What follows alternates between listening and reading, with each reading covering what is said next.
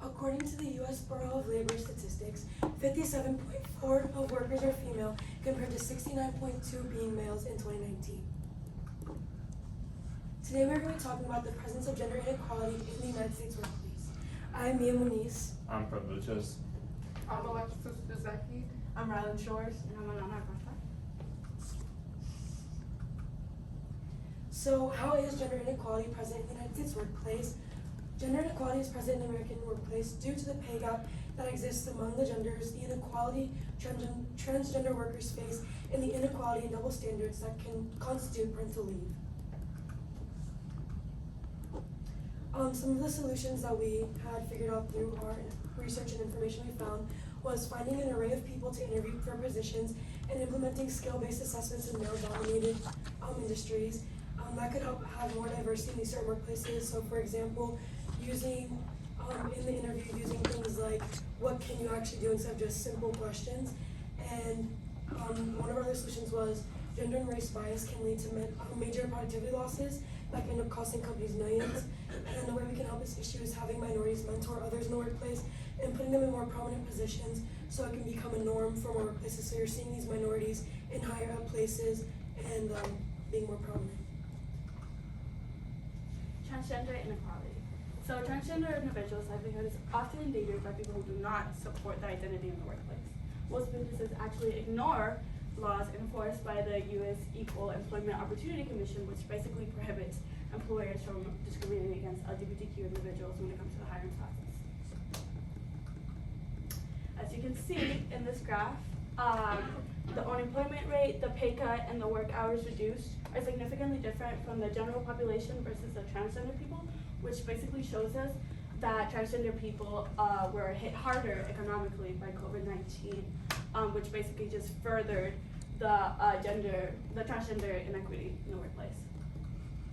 And in this chart by the Williams Institute, you can see how 29% of transgender individuals are denied a promotion, 36% lose their job, 46% are not hired, and then 53%, this basically means that no matter what experience they have, if the employer runs a background check and they do not agree with their identity, they simply do not get hired. This is Diane Roberts. Diane had 35 years of experience working on diesel engines. She knew every corner of this technology and she was always there to lend a hand.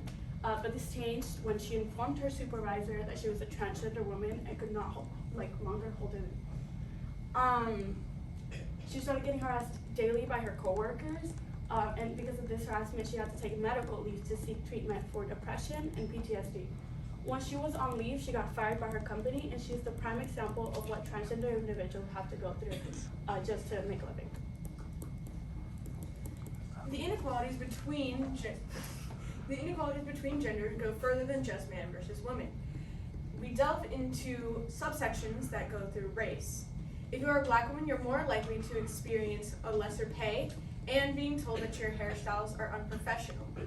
If you're Asian, you're more likely to experience some form of harassment at work. And if you're Hispanic, you're more likely to go through stereotypes or some form of discrimination, including because of the way that you speak. Hispanic immigrants and second-generation Hispanics, those who are born to at least one immigrant parent within the U.S., report more often than third or higher generation Hispanics being subjected to 3 or 4 incidents asked about in the survey being provided. Being criticized for speaking Spanish, being told to go back to their home country, and experiencing discrimination or unfair treatment. We see here in the chart that was provided that at least 1 or 4 incidents have been reported by these generations. And we see that in the foreign-born or second-generation Hispanics, that they are more likely to experience discrimination compared to the other generations. Women within the workplace are more likely to be mistreated, with certain races getting the brunt of the treatment. The best example of this treatment goes to the Asian population. They are harassed, and they're more likely to be harassed at work. As we see here in this chart, they are more likely to be verbally harassed by name or called names. And they are also coughed or spat at, they are shunned, or they are barred from establishment.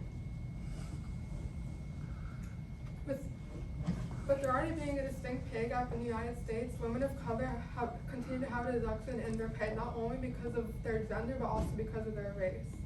As the graph here shows, with black females in pink and white males in blue, we see that in the United States, black females have an average of $34,000 a year, while males have an average of $55,000 per year, showing that even just because they are black females, they will be having a decrease in their pay. So the Pay Act of 1963 protects both males and females against wage discrimination based on their sex. According to the National Conference of State Legislators, 42 states have this act in place today. However, we still have a pay gap within the workplace in America. Okay, so this image shows that females compared to males make 83 cents to a male making $1. While this may not seem like a large difference, in the long run it truly is. Because on average, females lose about $10,000 per year. And the total losses of working women in the United States is $130 billion. Okay. So this graph shows the pay gap due to age. As we could see, ages 16 to 19 to 25 to 34, there's a smaller decrease in how much they are paid, with males being in blue and females in green. Males make $459 compared to females making $402, and then at ages 34, they make $825 to $724. Females average about 88 to 90% of what males were to make at that age. And as they get older, we see that 65 years and plus, males make $1,000 averagely, while females make $782 on average. Another way gender inequality is present in the workplace is through the means of parental leave. But before we talk about parental leave, we need to discuss the United States view on it and some of the legislations they have. Well, the United States view on paid parental leave is not that good. As we can see in this infographic here by Susan Minchow of the American Institute for Research, we can see that compared to the other first world countries like Germany, Canada, United Kingdom, and Australia, the United States has 0 weeks of paid leave. The United States enforces 0 weeks of paid leave on businesses, while Germany enforces 66 weeks of paid leave for the businesses. Well, the only legislation that the United States does have is for unpaid parental leave, which is the FMLA, or Family Medical Leave Act, which provides the mother 12 weeks of unpaid parental leave, but they have to be with the business for more than 12 months in advance. Well, businesses' expectations of the workers don't always coincide with the expectations of workers for the businesses. For example, if businesses expect the worker to always be there and never take days off, or the worker follow their schedule, it's not going to coincide with a mother that needs to take time off to help with a child, or flexible work hours to say drop them off at daycare. As you can see here in this graph, this relates the percentage of paid parental leave throughout the years from 1994 to 2015. And paternity leave, which is in the dashed lines, it goes from about 55 to 75% of men that get paid parental leave, compared to the females that get 45 to 55. This gap could be for a amount of reasons, but one of the main ones is that men don't really take parental leave unless it's paid.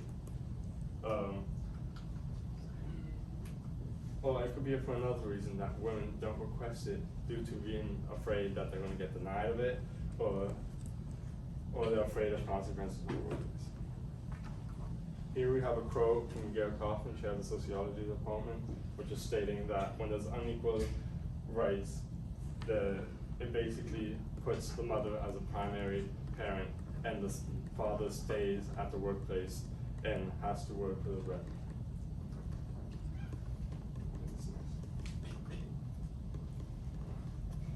Some of the limitations that we discovered during our research was there have been many positive changes and ideas to make the workplace a more inclusive environment, and it is very hard to actually implement them into all workplaces across America, as you can imagine. Some people may not see these issues as important as other people who are directly affected by the inequality firsthand. So somebody who may be being discriminated against might see these issues as more prominent and more serious than somebody that does not face discrimination. In our conclusion, there is aspects of inequality in mostly every aspect of the workplace. There's a big gap amongst compensation between the genders, the mistreatment of trans workers in different races, as well as the unfair double standards within parental leave and the consequences following it. All of this effectively proves that inequality still exists in the workplace and that it is very prevalent. We concluded that inequality is not an intermittent problem that workers face. It is a constant struggle that limits workers' ability to progress both in their personal and professional lives as well. Thank you. All right, just step together and then don't come up because just slide together. There's 5 of you and a giant person. Rylan, we'll start with you and then we'll just work our way across. Rylan, reflecting on the work of the other people in your group, who had the greatest impact on your overall understanding of this issue? I would say that Alexis happened to have the most impact on my understanding due to the fact that pay gaps seem to cover all of our topics and seem to create a link between each. All right, Fred, what's an example of an argument from one of your peers' research that you decided not to include in your presentation, and why so? Well, one of the arguments that my peer Rylan made was that we should focus more on condensed area, such as New York, but we didn't want to include that because that really closes in on parental leave, or our argument in general, which is inequality in the workplace. If we wanted to bring a broad overview of it.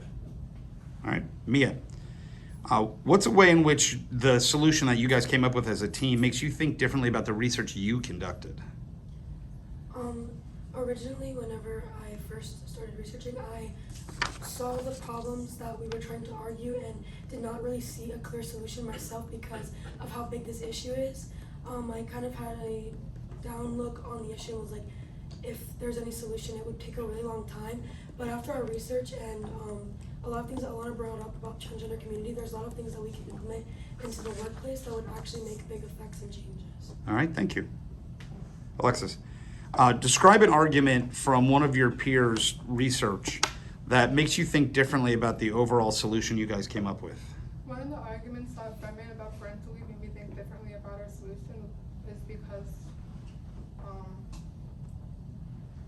can you repeat the question? Sure, that's fine. Describe an argument from one of your peers' research that makes you think differently about the solution you guys came up with. Sorry, Alana's, because how she brought out transgender inequality, and in our solution we said that not everybody faces this and not everybody is transgender. So not everyone understands the things that transgender people have to go through in the workplace just to be where they are today. All right. And Alana, if you had a 6th person in your group, what perspective could they have that would aid to this presentation? I would say there could be 2 different ones. There could be education and then there could be healthcare. Because education and the prior education that individuals have could really lead into their job and the experience that they have. But they maybe do not get hired because of that experience. And then healthcare could also go into transgender and the transitioning that they have to go through, and then the parental leave and what the mother has to go through as well.